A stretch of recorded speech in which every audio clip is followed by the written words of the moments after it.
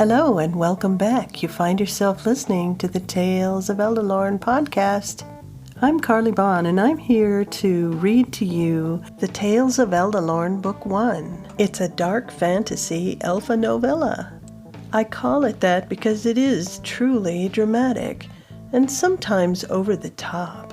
Just like EJ says, feelings boil close to the surface.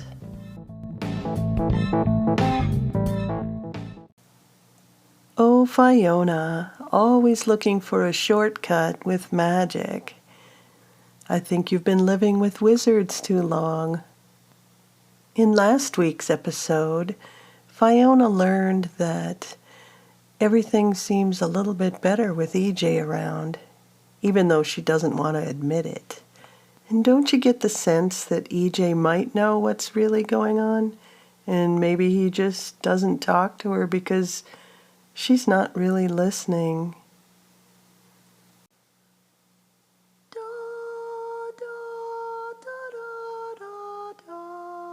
Chapter 11, Memories Lost.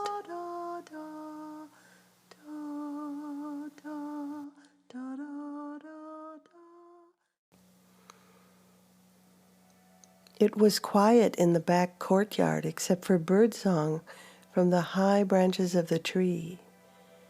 They sat beneath it in the cool shade at the long wooden table. It had been quite a while, and Fionna finally gave up arguing and decided to try to communicate. If nothing else, she would prove the wizard wrong and maybe get some real help.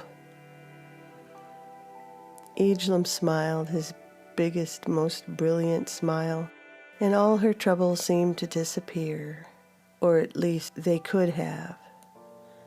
She wasn't in the mood this time. She looked at him and just sighed. "I think you're enjoying this." She was still more than slightly irritated as she mildly glared sideways at him and shook her head. They were sitting across from each other in the anticipation that something was supposed to happen as they looked around at leaves falling, bugs, grass growing. "I do not know how to begin," she honestly said, looking perplexed at him. "You do not even know what's going on, do you? This is hopeless." She half-heartedly slammed her head down on her folded arms, burying her face and becoming a giant mound of red hair in front of him. EJ reached across and gently took her hands in his, concentrating directly at her averted eyes. To her surprise, he began to speak slowly and fluently for the first time since he'd arrived. His voice was soft and mesmerizing as he spoke.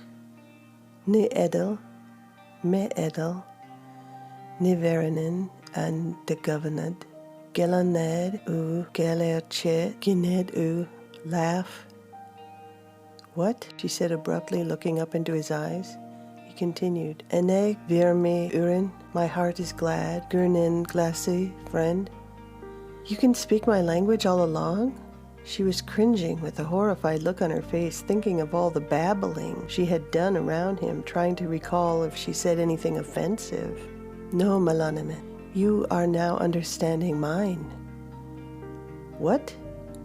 Now who is the adult simpleton?" he said demurely, lowering his eyes and showing off his long lashes. "Oh, you heard me say that. Oh, she turned bright pink. "I am so sorry. I didn't mean it that way." She was speaking fluent Elvish and didn't realize it. "How does this happen?" she asked. "Elves are all a little magic," he grinned.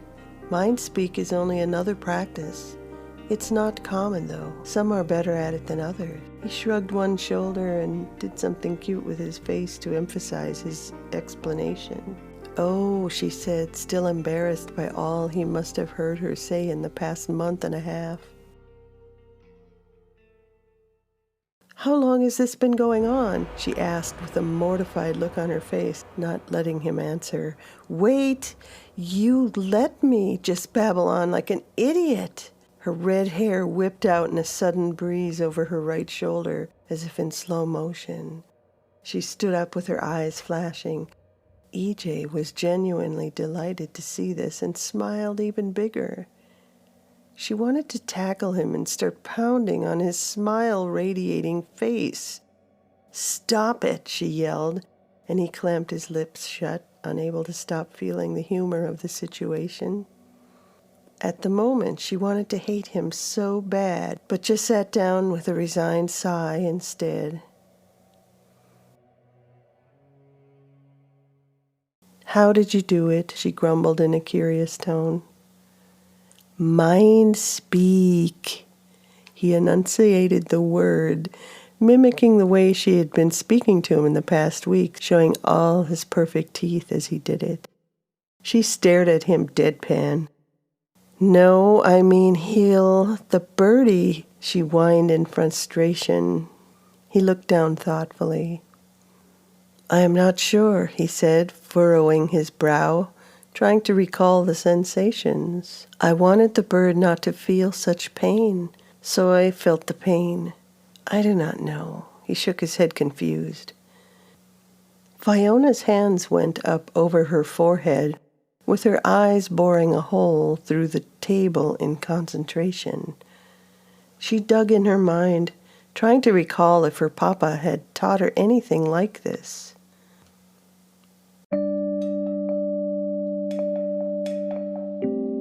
"Please," he said, in his most calming and gentle tones, hoping to distract her. His voice was soft and melodic. He touched her elbow from across the table to get her attention, and then taking her hands gently in his, he spoke. "Tell me your story. How do you come to be in a wizard's care? It will be good practice for you to say it." His pleading eyes were irresistible, so she slowly began to recite the tale of her beginnings as it had been explained to her. "I was born in a small village called Velavar. It is along the farthest north-central coast from here. I hear it's cold there, and the ocean water turns to ice sometimes. I do not remember any of it. My family was slaughtered by a swarm of goblins and Heisi that came down from the mountains. They burned the village to the ground. That was just over 600 years ago, about the middle of the Third Age. And then, only 100 or so years ago," Fionna could see Ejlum was visibly disturbed by her story, so she cut out many of the gorier details as she rambled through it. "The history of man tells us a mad sorcerer, whom, by the way, controlled those same monsters that destroyed my village. Well, he tried to dominate the entire kingdom with some evil bid for power, but he lost his tower fortress and some magic baubles of some kind, rings, I recall, and he's gone now. And so is my family and my village." She sputtered slowly to a halt. EJ was staring down at the table where his hands were holding hers. "Master Fergal found me under a pile of debris, starving and squalling in my blanket. I was just an elfling," she sighed, wishing EJ would say something. "I only have a blanket I was wrapped in to know anything about my clan." "That is an unhappy beginning for one so beautiful," he said sadly, looking at her like he was going to cry. "I could show it to you if you like." "I would like that," he said. "Maybe some other time I will." Fionna smiled, looking down again at her hands that were being gently held in his soft grip. EJ rubbed his thumbs against her hands in a caring gesture. "So, have you been taught by the wizard? Do you know wizard magic as well?" EJ changed the subject, trying to shake off the melancholy that was creeping in. "Yes, Papa taught me how to light fire, make ice and stone." She tried to think if there was anything more.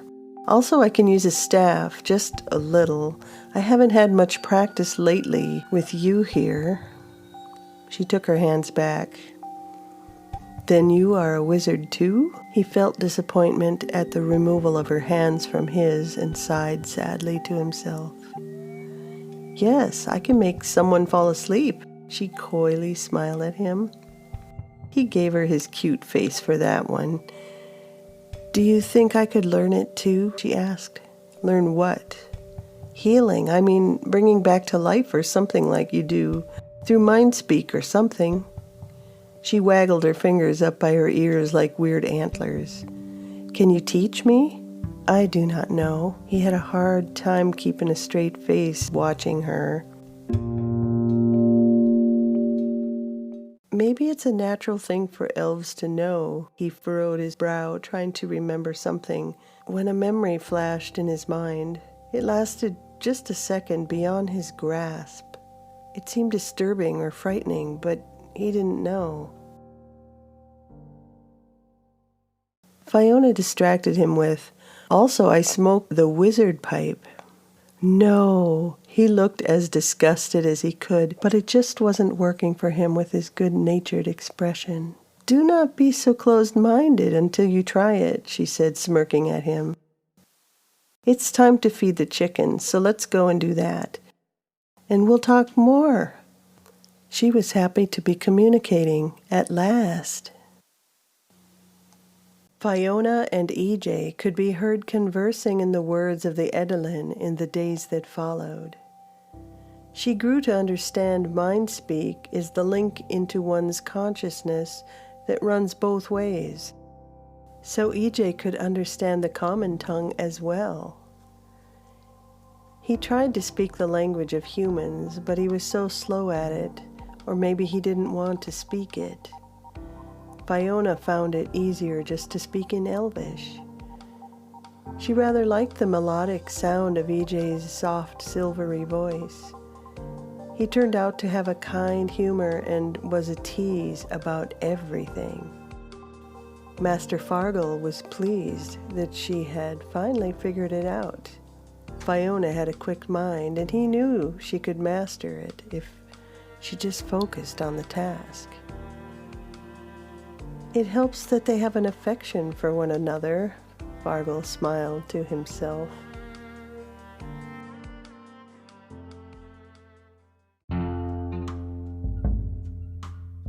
After the chores were done and dinner had been eaten, Fionna and Ejlem went out into the yard to enjoy the evening stars. This night was different because they were talking practically non-stop since they started. Fionna brought her pipe and leaf outside to share. Remembering his disgust, she took it as a challenge to get him to try it. Just once, she said in a whiny voice, trying to persuade him. Elves do not smoke pipes. This one does, she said, loading the bowl. Wizards are also always male. He feigned an overbearing, authoritative look at her in fun as he said it. Not this one, she said, passing him the pipe, blinking her eyes in a sweet, girly way. He scowled at her, placing his mouth on the end of the mouthpiece. He inhaled too much, too fast. The smoke caught in his throat, and he began to have an uncontrollable coughing fit that made his eyes and face turn red. She somehow managed to keep a straight face as he handed the pipe back to her, after looking at it severely. He rolled over on his back in the grass, wheezing up at the stars that were filling the evening sky. Not good, Fionna. That stuff is evil. His eyes were still watering from the experience. You have to get used to it, EJ. I think everybody chokes the first time.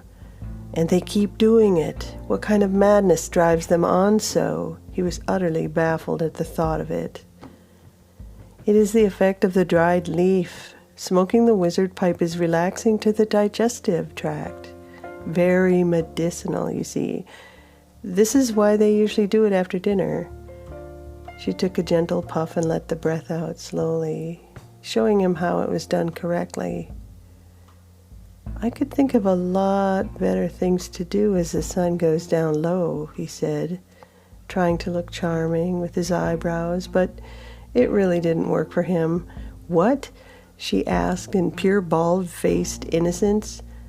The pipe was distorting her far corner of her mouth, and the smoke slowly drifted out of her nostrils. "You look like a dragon," he teased, laughing at her with a playful light push to the arm. Fionna smiled at him and looked away, concentrating on her pipe. She was laying on her belly, and it was all he could do to keep from jumping on her and playfully wrestling with her. It was the pipe that kept him at a distance. The leaf did smell sweet. He just couldn't understand the draw.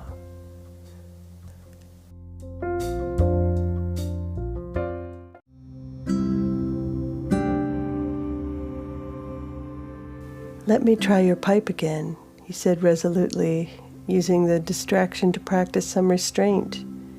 He sat up and tried to suck on the mouthpiece again, only to blast out another cough. "Lightly this time, with more of a puff," she instructed him. He didn't feel the urge to choke and die this time. It is a strange thing. He gave the pipe back to her and let the smoke trickle out of his nostrils, as she did. "Look, dragonkind too." He smiled his shimmering smile as he looked sideways at her. He let out a tiny cough of smoke, trying to control the discomfort it was causing him. His cuteness was almost more than she could handle. She laughed and looked the other way. "Are all elves as silly as you, EJ?" With a sudden seriousness, he rolled down closer to her on one elbow. "Elves are playful with each other, Fionna. We are as strong in love as in grief." He picked off a piece of grass that tangled in her hair.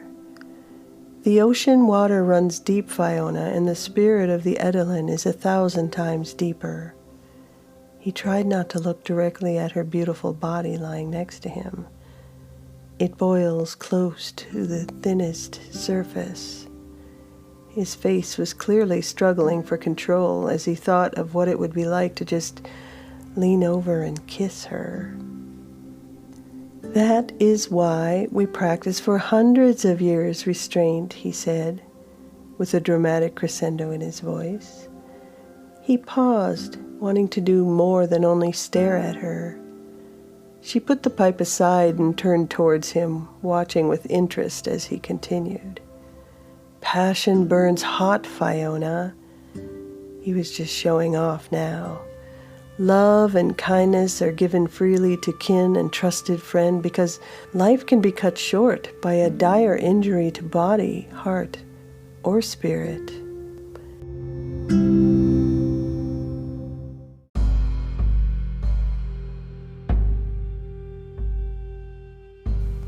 Egelum felt a hitch in his throat as his mind vaguely revealed something beyond his grasp. It distracted him from his thoughts about her. He tried to ignore the sharp pain rising in his gut. It was like the molten burn he had experienced when he was first brought back. It churned slowly, threatening to break him apart from the inside out. It takes so long to grow to adulthood, and yet life goes on 20 times longer. After a while, elves appear stoic or unkind to the outside realm of men, but it is just we have the certainty of another day, so we are not hurried to waste living with anger or fighting. Life is always a most precious gift to the Edelin. His voice lowered in grief as his eyes aged and turned distant. How had he not known all this 10 minutes ago? He looked puzzled as he continued. "And then, as time in the mortal realm takes you almost to eternity, the spirit thins and eventually every one of us is compelled to go back to Ilmatar."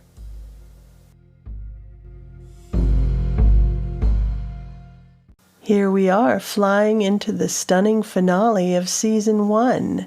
The last episode will be released on October 31st. Happy Halloween, everybody! I'm going to be working really hard on Season 2 with new sound effects and music.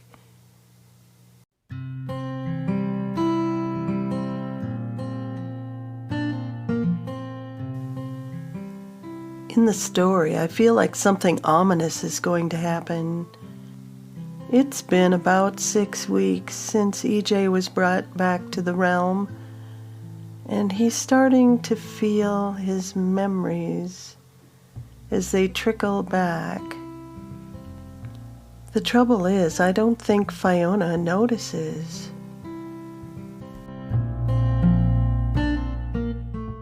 If you've been thinking about podcasting, go to your nearest app store, download the free Anchor app, or go to Anchor FM. They have all the tools you need to record or edit your podcast right from your phone or your computer. The Anchor team also helps you distribute your podcast with one click. If you're listening to me right now, that's proof that it works. Mind blown! There's no rules or minimums. It's everything you need to podcast in one place. Anchor FM. It's only a click away.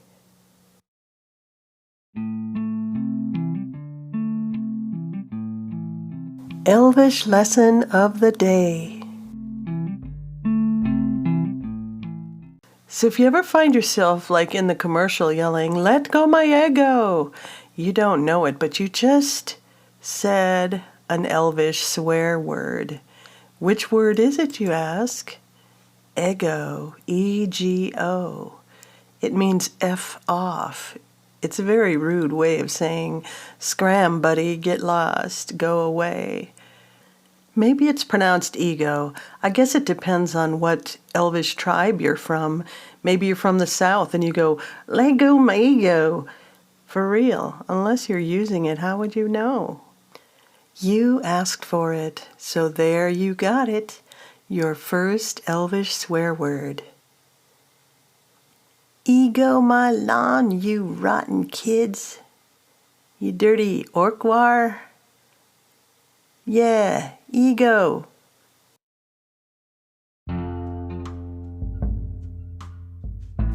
You can keep up with what's going on with the podcast and my writing at karleighbond.com.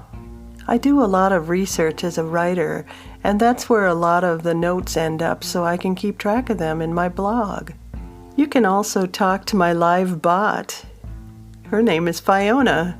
Go figure, right? She's a sparky elf personality, and as you well know, it takes a few weeks for elves that have been reborn to get their brains up and running, so right now she's a little bit slow. But the more you talk to her, the better she will become.